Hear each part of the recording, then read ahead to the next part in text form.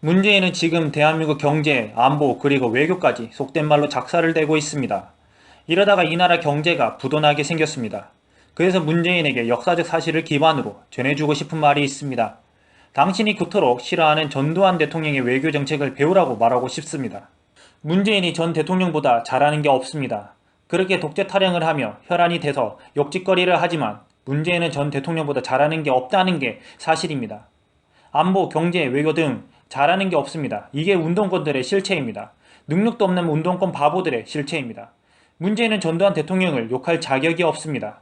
대통령으로서 자격 미달입니다. 어떻게 하면 국익에 도움이 되는 외교를 할까? 어떻게 하면 뱀처럼 지혜롭게 미국의 힘을 입어 일본을 역이용할 수 있을까? 일본은 적일까 아군일까라는 피하 식별까지 전혀 알지 못합니다. 오늘은 전두환 대통령보다 잘하는 게 없는 문재인의 한일 외교에 대해서 말해보려고 합니다. 그리고 전두환 대통령의 한일 외교가 최상의 외교였었다는 증거를 보여드리겠습니다. 우선 문재인은 평가 불가입니다. 엉망 그 자체입니다. 위안부 할머니들에게 위안부 합의에 대해 사과하고 위안부 합의를 진실과 정의에 어긋난다고 일방적으로 파기하였습니다. 나라를 박살내려고 안달났습니다. 박근혜 정부가 일본과의 외교로 합의를 이끌어낸 것을 문재인은 과거 정부의 행태를 모두 적폐로 몰면서 한일관계, 국제관계까지 파탄으로 만들었습니다.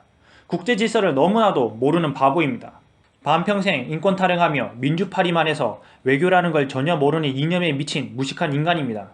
국가 간에 맺은 합의를 자기 마음대로 파기해버립니다. 거기다가 대법관은 김명수 같은 좌파 성향 매우 강한 인간들을 세워놓고 일본 기업 보고 배상 판결하라고 판결을 내립니다. 일본 기업 재산을 강제로 현금화하겠다는 발상은 일본과 전쟁하자는 무지한 행동입니다.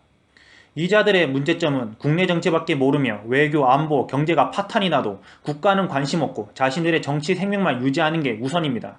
위정자들이 국가는 없고 애국은 당연히 없고 자신들의 이익밖에 없습니다. 현 정부는 국내법도 자기 마음대로 하고 이제는 국제법까지 마음대로 손바닥 뒤집듯이 합니다. 저러니 대한민국 경제가 박살나기 일보 직전까지 온 것입니다. 거기다 문재인은 일본 아베 면전에다가 일본은 우리 동맹이 아니다라고 했습니다. 정말 생각이 없습니다. 전두환 정부는 어떻게 한미관계와 같이 한일관계를 개선과 동북아시아의 평화를 이루었는지 설명해 보겠습니다. 전두환 정부는 출범 직후부터 대일관계 개선을 위해 능동적으로 노력하였습니다. 선진조국 창조라는 정책 목표를 설정하고 이를 완수하기 위하여 경제 외교에 총력을 기울였습니다. 전통적인 안보 평화 통일 정책을 근간으로 안보 외교를 추진하며 경제 부국으로 도약하기 위해 경제 외교에도 많은 노력을 기울였습니다.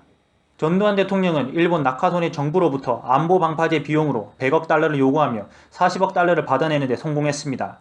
전두환 대통령 취임 직후인 1981년 미국을 방문하여 한국의 대일 안보 경험 요구의 정당성을 레이건 정부에 설득하여 레이건 대통령의 긍정적 반응을 얻어냈습니다. 이를 바탕으로 전두환 정부는 일본에게 60억 달러의 안보 차관과 40억 달러의 경협 차관 제공을 요구하였습니다. 변화하는 동북아 정세 속에서 한국이 공산주의 국가들과의 대결에서 군사적 전초기지를 담당하고 있다는 사실을 근거로 일본을 압박하였으나 처음에는 일본 나카소네 정부가 이를 거부하였습니다. 그러나 2년간의 협상 끝에 미국의 압력을 받은 나카소네 정부는 1983년 1월 11일 일본 총리로는 처음으로 한국을 방문하였습니다. 나카소네 야스히로 일본 수상은 전두환 대통령을 만나고 이에 합의했습니다. 경업차관으로 40억 달러를 한국 정부에 지급하였고 전두환 정부는 이 자금을 바탕으로 미국산 F-16을 면허 생산 방식으로 구매하면서 국내에서 KF-16을 생산한 것입니다. 미국과 일본을 전 대통령이 외교를 통하여 역이용한 것입니다. 그로 인해 대한민국 군사 안보를 강화할 수 있었던 것입니다. 그리고 1984년 9월 전두환 대통령이 한국의 국가 원수로서는 처음으로 일본을 국빈 방문함으로써 한일 관계의 과거사를 청산과 용서의 제스처 그리고 동북아시아 정상화에 기여하였습니다. 한미 관계는 말할 필요 없이 매우 좋은 관계였으며 한일 관계까지 좋아지게 되었습니다. 이때 전두환 대통령과 일본 히로히토 일왕 공식적으로 두 정상이 만난 건 역사상 처음입니다. 히로히토 일왕은 만찬사에서 오늘날 이 기간 동안 우리 사이에 불행한 과거가 있었던 것은 진심으로 유감입니다. 그리고 난 이것이 다시 반복되지 말아야 한다고 믿습니다. 지난날 일본이 우리나라의 식민지한 과오에 관해 정중하게 사과했습니다.